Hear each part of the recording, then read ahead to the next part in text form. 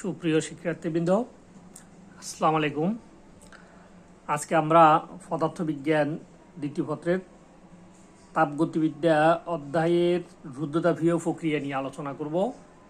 এই প্রক্রিয়াটা তাপগতীয় ইঞ্জিনের জন্য সবচেয়ে গুরুত্বপূর্ণ। এই প্রক্রিয়াটা যদি আমরা বুঝি তাহলে রুদ্ধতাপীয় প্রক্রিয়ার সকল কিছু আমরা ভালোভাবে আয়ত্ত করতে পারবো। রুদ্ধতাপীয় প্রক্রিয়া, রুদ্ধ শব্দটার অর্থ হচ্ছে বদ্ধ, অর্থাৎ ধারটা বদ্ধ করা আছে। তার মানে অর্থাৎ যেখান থেকে সিস্টেমটাকে পরিবেশ থেকে এমনভাবে আইসোলেটেড করা হয়েছে যাতে সিস্টেমের ভিতরে কোনো তাপ প্রবেশ করতে পারে না, বা বাইরে থেকে কোনো তাপ সিস্টেমে যেতে পারে না, সিস্টেম থেকে তাপ বাইরে আসতে পারে না। যেমন রুদ্ধতাপীয় প্রক্রিয়া হচ্ছে তাপগতীয়, যে প্রক্রিয়ায় সিস্টেম থেকে তাপ বাইরে যেতে পারে না বা বাইরে থেকে কোনো তাপ সিস্টেমের ভিতরে প্রবেশ করতে পারে না, তখন সেটাকে আমরা নাম দিচ্ছি রুদ্ধতাপীয় প্রক্রিয়া। তার মানে এই প্রক্রিয়াটা যতক্ষণ চলবে ততক্ষণ পর্যন্ত সিস্টেমের ভিতরে কোনো তাপ যাবে না, তাহলে সিস্টেম কাজ করবে। তো কিভাবে কাজ করবে আমরা মূলত আজকে এই অধ্যায়ে এই টপিক্সের মধ্যে এটা নিয়ে আলোচনা করব। অর্থাৎ আমরা যে কোনো একটা সিস্টেমকে রুদ্ধতাপীয় প্রক্রিয়ায় রাখবো, অর্থাৎ তাপ বাইরে যেতে দেব না, বাইরে থেকে তাপ সিস্টেমের ভিতরেও আসতে দেব না। কিন্তু সিস্টেমকে পরিবেশ থেকে তাপীয়ভাবে যদি আমরা অন্তরিত করে রাখি, অন্তরিত মানে পৃথক করে রাখি, আলাদা করে রেখে যদি আমরা গ্যাসকে দ্রুত প্রসারিত করতে পারি অথবা সংকুচিত করতে পারি, তাহলে গ্যাসকে দ্রুত প্রসারিত বা সংকুচিত করলে রুদ্ধতাপীয় প্রক্রিয়া পাওয়া যাবে।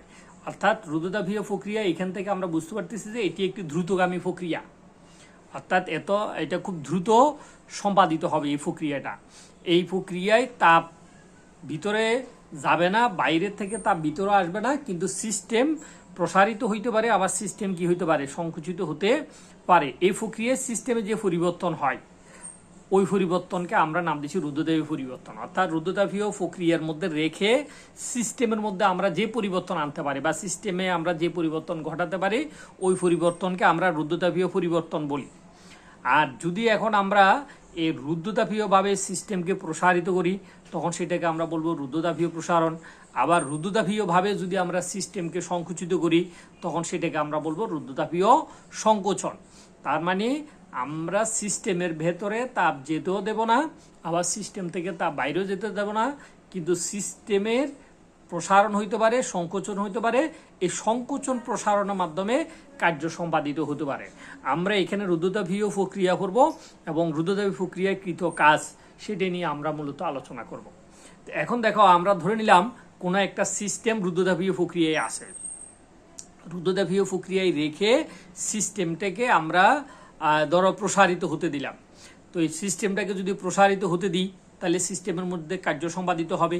আর সিস্টেমের প্রসারণে সেখানে যদি তাপের পরিবর্তন হয়, তাপমাত্রা বৃদ্ধি পাইতে পারে, সিস্টেমের তাপমাত্রা হ্রাস পাইতে পারে। যদি তাপের পরিবর্তন হয় তাহলে সিস্টেমের অন্তঃস্থ শক্তির পরিবর্তন হবে। তো আমরা ধরে নিলাম সেই সিস্টেমের অন্তঃস্থ শক্তি বৃদ্ধি ডিইউ, এবং সিস্টেম যদি প্রসারিত হয়, প্রসারণের কারণে সিস্টেম একটা কাজ সমাধান করব যেটাকে আমরা বলছি ডিডব্লিউ। তাহলে সিস্টেমে তাপ যাইতে পারবে না, কিন্তু সিস্টেম নিজের শক্তি ব্যয় করে সিস্টেম কাজ করতে পারবে। এতে সিস্টেমের অন্তঃস্থ শক্তি বৃদ্ধি পাইতে পারে, সিস্টেমের অন্তঃস্থ শক্তি হ্রাস পাইতে পারে। কিন্তু আমরা যদি তাপগতিবিদ্যার প্রথম সূত্রের কথা কল্পনা করি, ধরো কোনো সিস্টেমে আমরা ডিকিউ পরিমাণে তাপ দিলাম। ডিকিউ পরিমাণে তাপ দেওয়ায় যদি সিস্টেম তোমার পরিবেশের উপর ডিডব্লিউ কার্য সম্পাদন করে এবং সিস্টেমের অন্তঃস্থ শক্তি বৃদ্ধি যদি ডিইউ হয়, তাহলে তাপগতিবিদ্যার প্রথম সূত্র থেকে আমরা পাই। তাহলে তাপগতিবিদ্যার প্রথম সূত্র থেকে আমরা কি পাবো? ডিকিউ সমান ডিইউ প্লাস ডিডব্লিউ। দেখো, ডিকিউ তাপগতিবিদ্যার প্রথম সূত্র থেকে ডিকিউ সমান ডিইউ প্লাস ডিডব্লিউ, অর্থাৎ আমি সিস্টেমে তাপ দিছি, তাপ দেওয়ায় সিস্টেমের অন্তঃস্থ শক্তির পরিবর্তন হয়েছে, সিস্টেম পরিবেশের উপরে কাজ করছে। যদি কাজ করে তাহলে তাপগতিবিদ্যার প্রথম সূত্র থেকে আমরা এটা পাবো। কিন্তু আমরা যখন বলবো যে সিস্টেমটাকে আমরা রুদ্ধতাপীয় প্রক্রিয়ায় রাখছি, যদি রুদ্ধতাপীয় প্রক্রিয়ায় রাখি তাহলে রুদ্ধতাপীয় প্রক্রিয়ায় বাইরে থেকে কোনো তাপ সিস্টেমের ভিতরে প্রবেশ করবে না। অর্থাৎ সিস্টেমটা যখন রুদ্ধতাপীয় প্রক্রিয়ায় থাকবে তখন বাইরে থেকে কোনো তাপ সিস্টেমের ভিতরে প্রবেশ করবে না, ফলে সরবরাহিত তাপ শক্তি এই ডিকিউ সমান দেখো শূন্য হবে। যদি ডিকিউ সমান শূন্য হয়, অর্থাৎ সিস্টেমকে যখন রুদ্ধতাপীয় প্রক্রিয়ায় রাখবো তখন তাপগতিবিদ্যার প্রথম সূত্র, এর আগে আমরা ডিকিউ সমান ডিইউ প্লাস ডিডব্লিউ যেটা আলোচনা করছিলাম, এই ডিকিউর মান আমার শূন্য হবে। এই যে দেখো ডিকিউ, এই ডিকিউ এর এই মানটা কি হবে, শূন্য হবে। কি জন্য শূন্য হবে, এই যে আমরা বললাম রুদ্ধতাপীয় প্রক্রিয়ায় বাইরে থেকে কোনো তাপ আমরা সিস্টেমের ভিতরে প্রবেশ করতে দেই নাই, না দেওয়ার কারণে সরবরাহিত তাপ শক্তি ডিকিউ এর মান শূন্য। তাহলে তাপগতিবিদ্যার প্রথম সূত্রের রূপটা দাঁড়ায় শূন্য সমান ডিইউ প্লাস ডিডব্লিউ, তার মানে শূন্য অথবা ডিইউ প্লাস ডিডব্লিউ সমান আমরা লিখতে পারি 0। এখন আমরা যদি ডিডব্লিউ কে যদি আমরা পক্ষান্তর করি তাহলে মাইনাস ডিইউ পাবো, যেটাকে আমরা দেখো 1 নম্বর সমীকরণ দিছি। অর্থাৎ সিস্টেমের তাপশক্তি সরবরাহ না করলে আমরা সিস্টেমে ডিডব্লিউ কাজ সমান মাইনাস ডিইউ পাইছি। এখান থেকে আমরা যেটা বুঝি যে সিস্টেম যে কাজটা সম্পাদন করছে সেটা সম্পাদিত কাজ তোমার সিস্টেমের অন্তঃস্থ শক্তির পরিবর্তনের সমান। আবার এখান থেকে আমরা মাইনাস চিহ্ন দ্বারা বুঝি যে যেহেতু রুদ্ধতাপীয় প্রক্রিয়ায় সিস্টেমের ছিল, বাইরে থেকে সিস্টেমে তাপ যায় নাই, সিস্টেম তার নিজের শক্তিকে ব্যয় করে কাজ সম্পাদন করছে। তো সিস্টেম যদি নিজের শক্তিকে ব্যয় করে কাজ সম্পাদন করে তাহলে আমরা জানি যে তার অন্তঃস্থ শক্তির পরিমাণ কিভাবে হ্রাস পাবে। অর্থাৎ রুদ্ধতাপীয় প্রসারণের সময়, অর্থাৎ সিস্টেমটাকে যখন আমরা রুদ্ধতাপীয় প্রসারণের সময় রাখি, সিস্টেম কর্তৃক সম্পাদিত কাজ সিস্টেমের অভ্যন্তরীণ শক্তি দ্বারা সম্পাদিত হয়। অর্থাৎ রুদ্ধতাপীয় প্রক্রিয়ায় আছে সিস্টেম, কিন্তু আমরা সিস্টেমটাকে প্রসারিত হতে দিছি। প্রসারণের কারণে সিস্টেম কর্তৃক যে কাজটা সম্পাদিত হবে ওই কাজ সিস্টেমের অভ্যন্তরীণ শক্তি দ্বারা সম্পাদিত হয়। অর্থাৎ সিস্টেম যে প্রসারিত হয়েছে, আমি তো বাইরে থেকে তাপ দিই নাই, তাহলে সিস্টেম কাজটা কোত্থেকে করছে, সিস্টেম তার অভ্যন্তরীণ যে শক্তি, ওই যে আমরা বলি গ্যাসের অণুগুলোর ভিতরে একটা শক্তি আছে যেটাকে আমরা অভ্যন্তরীণ শক্তি নাম দিছি, সেই অভ্যন্তরীণ শক্তি দ্বারা কাজটা সম্পাদিত হয় বলে সিস্টেমের অভ্যন্তরীণ শক্তির পরিমাণ কমে যাবে। অর্থাৎ যে কোনো সিস্টেম যখন সে তার নিজের শক্তিকে ব্যয় করে সে যখন কার্য সম্পাদন করবে তখন সিস্টেমের অন্তঃস্থ শক্তির পরিমাণ কিভাবে হ্রাস পাবে। ঠিক এই ক্ষেত্রেও ঠিক সেম ঘটনা ঘটছে, রুদ্ধতাপীয় প্রসারণ হয়েছে, সিস্টেম কর্তৃক সম্পাদিত কাজ সিস্টেমের অভ্যন্তরীণ শক্তি দ্বারা সম্পাদিত হয়েছে, অভ্যন্তরীণ শক্তি দ্বারা সম্পাদিত হওয়ার কারণে সিস্টেমের অভ্যন্তরীণ শক্তি হ্রাস পাবে। সিস্টেমের অভ্যন্তরীণ শক্তি যখন কমে যাবে তখন আমরা জানি যে সিস্টেম ধীরে ধীরে কি হবে, শীতল হবে। আবার যখন রুদ্ধতাপীয় সংকোচন হবে, অর্থাৎ আমরা রুদ্ধতাপীয় ভাবে যদি সিস্টেমটাকে কি করি, সংকোচন করি, তাহলে রুদ্ধতাপীয় সংকোচনের সময় বাইরের শক্তি দ্বারা কার্য সম্পাদিত হয়। অর্থাৎ সিস্টেমের উপরে বাইরে থেকে শক্তি দ্বারা কার্য সম্পাদিত হয়। যেহেতু বাইরের শক্তি দ্বারা কাজ সম্পাদিত হয়, এতে সিস্টেমের অন্তঃস্থ শক্তির কি হয় না, হ্রাস পায় না। ফলে বাইরের শক্তি দ্বারা কার্য সম্পাদন করার কারণে সিস্টেমটা যখন সংকুচিত হয় তখন সিস্টেমের অন্তঃস্থ শক্তি বৃদ্ধি পায়। অর্থাৎ সিস্টেমের অন্তঃস্থ শক্তি যখন বেড়ে যায় তখন সিস্টেমের তাপমাত্রাটা কিভাবে বৃদ্ধি পাবে। তাইলে একটা সময় সিস্টেম সংকুচিত হয়েছিল, তার তাপমাত্রা হ্রাস পাইছে।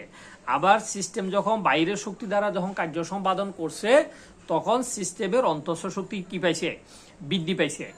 এখন ধরো আমরা এই যে সিস্টেমের অন্তঃস্থ শক্তি হ্রাস বা বৃদ্ধি, আমরা ধরো T1 তাপমাত্রার একটা লেখ কল্পনা করছি। দেখো পাশের চিত্রে T1 তাপমাত্রার এবং T2 তাপমাত্রার দুইটা সমষ্ণ লেখ। এইদিকে দেখো, এই T1 তাপমাত্রার একটা সমষ্ণ লেখ, T2 তাপমাত্রার একটা সমষ্ণ লেখ। এই T1 তাপমাত্রার উপরে যে কোনো একটা বিন্দু নিছি আমরা, কত এ। আমরা জানি এই বিন্দুতে ওই গ্যাসের একটা চাপ ছিল, গ্যাসের একটা আয়তন ছিল, এবং এই রেখার উপরে সকল বিন্দুতে তাপমাত্রা T1 স্থির। ফলে এই বিন্দুতে একটা তাপমাত্রা T1 আছে। ফলে এই বিন্দু স্থানাঙ্ক হয়েছে P1 B1 T1, যেটাকে আমরা এই বিন্দু দ্বারা সূচিত করছি। অর্থাৎ T1 T2 সমষ্ণ রেখার যে কোনো একটা বিন্দুতে আমরা চাপ P1 আয়তন B1 তাপমাত্রা T1 নিয়ে আমরা সেটাকে একটা বিন্দু এ নামকরণ করছি। এরপরে T2 তাপমাত্রার এই সমষ্ণ লেখার উপরে আমরা একটা বিন্দু নিছি বি। তাইলে বি বিন্দু থেকে যখন আমরা ওয়াই অক্ষের উপরে লম্বা আঁকবো এটা হবে চাপ P2। বি বিন্দু থেকে যখন এক্স অক্ষের উপরে লম্বা আঁকবো এটা হবে চাপ আয়তন হবে কত, B2। ফলে এই বিন্দুতে চাপ আয়তন হবে P2 B2। আবার T2 এই রেখা, যেহেতু এটি একটি সমষ্ণ লেখ, এই রেখার প্রত্যেকটা বিন্দুতে তাপমাত্রাটি স্থির। তার মানে বি বিন্দু স্থানাঙ্ক হয়েছে P2 B2 T2। তাহলে আমরা T1 তাপমাত্রার উপরে একটা বিন্দু এ পাইছি, আবার T2 তাপমাত্রার সমষ্ণ লেখার উপরে একটা বিন্দু বি পাইছি। এখন এ এবং বি এই দুইটা বিন্দুকে যদি আমরা একটা নিরেট রেখা দ্বারা কি করি, যোগ করি, নীড়ের রেখা দ্বারা যোগ করলে যে নীড়ের রেখাটি পাওয়া যাবে, এ এবং বি বিন্দু, এই দুইটা বিন্দুকে যোগ করলে যে নীড়ের রেখাটা পাওয়া যাবে সেই নীড়ের রেখাটাকে আমরা নাম দিচ্ছি রুদ্ধতাপীয় রেখা। তার মানে অর্থাৎ এই বিন্দুর স্থানাঙ্ক, বি বিন্দুর স্থানাঙ্ক, এই বিন্দুতেও 3টা থাকবে স্থানাঙ্ক, বি বিন্দুতেও 3টা থাকবে। এই রেখাটাকে যখন আমরা এখান থেকে এখান পর্যন্ত যোগ করে দিব তখন এটা একটা রেখা।